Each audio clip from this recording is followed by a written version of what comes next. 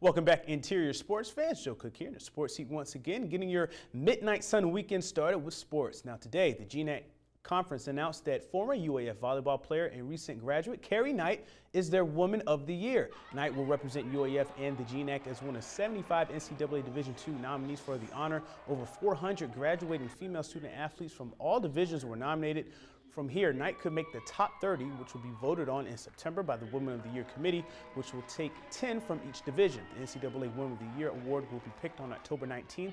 From the final 9, 3 from each division.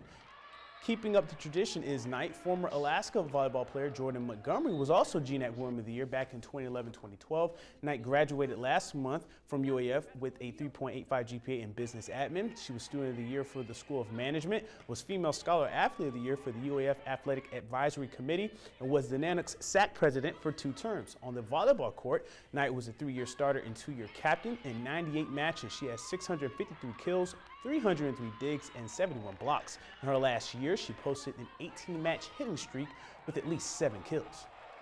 Well, yesterday the rain canceled the races at the North Pole Speedway and Game 1 of the Gold Panthers Midnight Sun Series with the Lake Erie Monarchs. But that didn't stop 13 runners from going out to the Dusk to Dawn run while you were asleep. Participants braved the rain and wet conditions to run as long as they could in 131 minutes on a 3.5-mile loop starting at UAF's West Ridge Trails. It started at 12:47 a.m. and ended at 2:58 a.m. Patrick Sartz, a Dusk to Dawn veteran runner, he ran the furthest, going 18 miles. Brian Fleming was second with 16.1 miles. Anna Worden led the ladies, running 15.7 miles. Elizabeth Cogan, the rookie, tied for second with Lori Meyer for 9 miles in that run. Part 2 isn't until December 21st, as runners will run the shortest day of the year.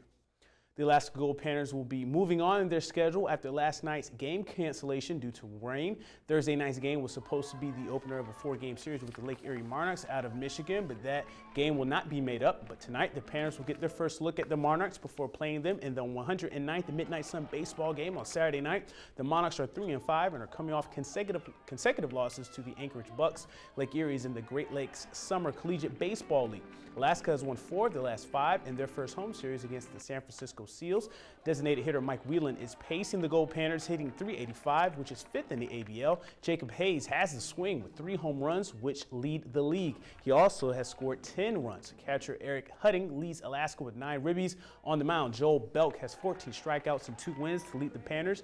And Mike Benson has a 1.0 ERA in 9 innings of work, and that's 3rd in the ABL. Also, Gold Panthers have been playing with just 9 position players, but 5 more players should be on the roster for tonight's game as their roster continues to fill out with player arrivals.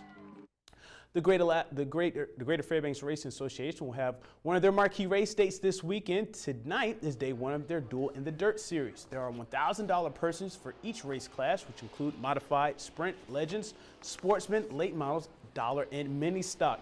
There will also be sprint time trials on Saturday as well, beginning at 5 o'clock going into this weekend. Scott Sluka is the only leader of his class with breathing room. Sluka leads the modifieds with 296 points and is 30 ahead. Everywhere else is pretty tight. Terry Ramsey has 200 points for the mini bomber lead, but Joe Heath is right there at 198. John Clarkson leads the sportsman class with 281 points, and Dave Summers has 276. Jay Coghill is your sprint class leader, but is just 6 points ahead of Steve Martin. In the dollar and mini stock class, Leslie Lees is on top with 266 points, and Dan Holtry is second with 257. Gates open at 6 and races start at 7 this weekend at the Mitchell Raceway. Now here's the rundown for sporting events this summer solstice weekend. Tomorrow morning at 11 a.m., the ceremonial start of the 54th Yukon 800 Riverboat Race at Pikes Landing. American Legion Baseball, the Midnight Sun Baseball Tournament starts at noon. The Fairbanks 49ers play Diamond. Then the 49ers and Alaska Wild, they play at 3. And West Anchorage against the Wild at 6, ending day 1. Those games are on Marlin Field. At 10 p.m., the 32nd Midnight Sun Run starting at the UAF Patty Center will have live coverage on Saturday. And at 10:30 at Groudon Memorial Park, the Gold Panthers host Lake Erie Monarchs in the 109th Midnight Sun baseball game. Some softball action at midnight on Saturday. The Midnight Sun softball tournament at the Hez Race Sports Complex. And Sunday features the finale of the Yukon 800. Racers could be arriving for the finish at Pikes around noon. The Wild host Diamond at noon on Arco Field. With the 49ers, they play West Anchorage on Marlin Field in Legion Baseball to wrap up that tournament. And the Panthers and Monarchs will wrap up their series on Sunday night at 7 o'clock. And that'll do it for sports tonight. Mike Schultz is next with your full weather forecast, and we'll catch you next time.